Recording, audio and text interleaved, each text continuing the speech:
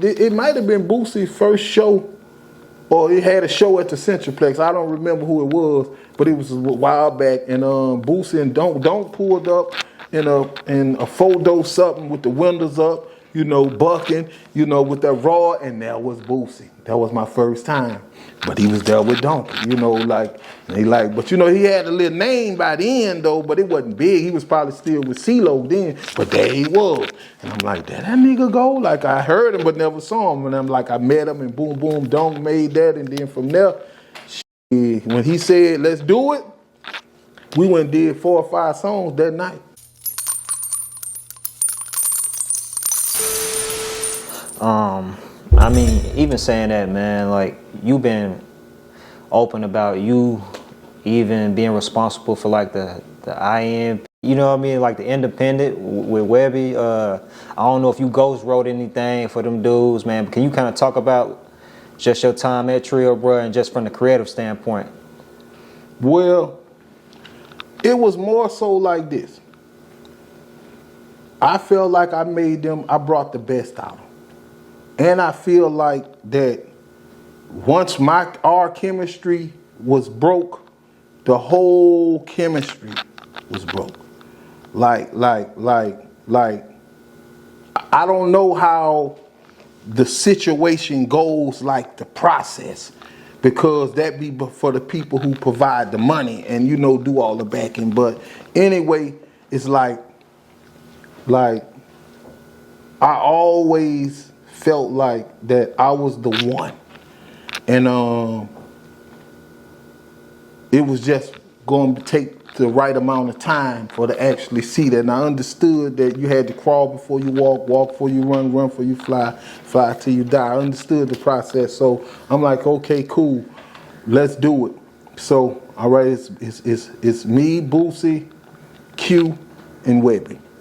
And if we want to say like people who were there, you know, like, you know, they might have had Q and you know, I don't know if they had anybody else because, you know, but when they came, at first it was just more about Boosie, and Boosie came to me and he told me, okay, cool, I'm finna do my own thing, what up?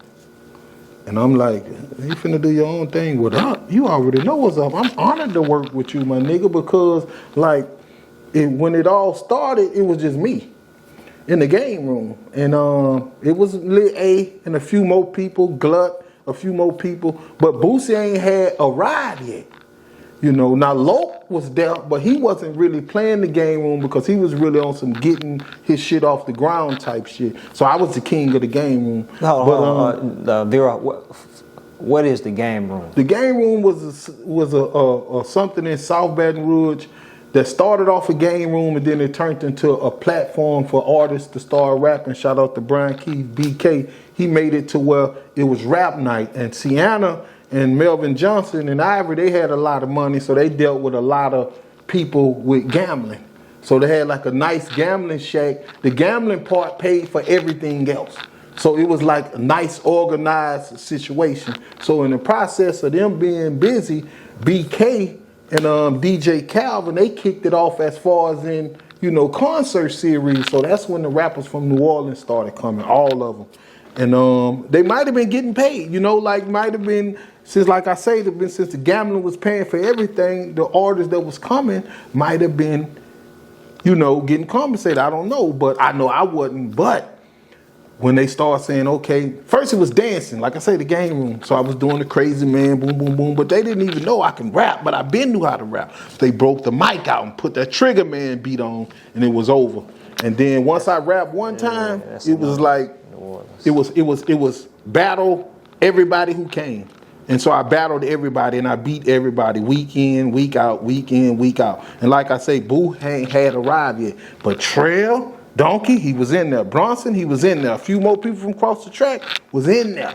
So, you know, why Boosie, you know, somewhere finna become that nigga, you know, like all this was going on. So what happened was when Donkey, I was in juvenile from jail. Like when I went to jail, I went early before everybody else because I was a little older. And Donkey came. And he was still young. We juveniles.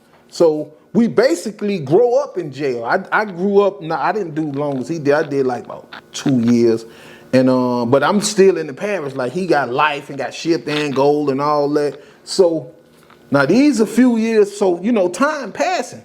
So about time I get out, and I go back to jail. So anyway, Donkey done gave his time back. Life sentence back, yeah. Made it back to the parish. I'm back in the parish. So now we back in the parish, chopping it up again. He telling me about what all he done been through, what all he learned, showing me how to shank fight. Him and Didi got all this other kind of stuff going on, you know. So, you know, it was real, you know, he let me know, like, you know, because I was a little bigger than him, a little older than him. He showed me, you know, how a man, you know, a convict, you know, has a certain respect, and you know how people can respect you no matter, it ain't about your size. Niggas think it's about your size in jail and muscles and all that. He showed me a different side of that.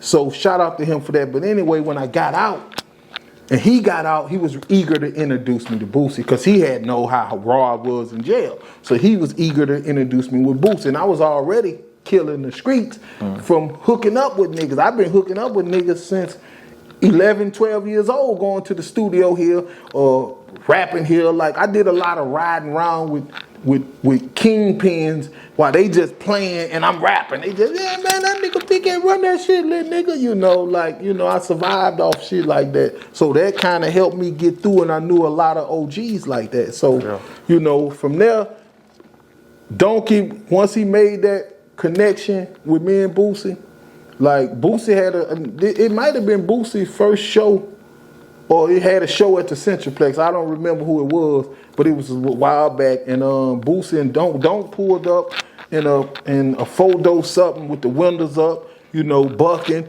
you know, with that raw, and that was Boosie. That was my first time. But he was there with Donkey, you know, like, and he like, but you know, he had a little name by the end though, but it wasn't big. He was probably still with CeeLo then, but there he was. And I'm like, did that nigga go? Like, I heard him but never saw him. And I'm like, I met him, and boom, boom, Donk made that. And then from there, when he said, let's do it, we went and did 4 or 5 songs that night. Only one of them came out. And that's that Say Big Head is going down in the SSB. Man. Say Boosie the same thing in the UPT. And that's the first time Foes Up was actually spoke on, because I said, and he was like, yeah, Big Head, you know it go down. And like, for sure, Foes Up. Because I was trying to bring out the top of the South, Uptown. And now they on the radio and commercial saying, throw your foes up, throw your foes up. I say, bruh, I'm the pappy. That you created Uptown. I'm the pappy. Created it.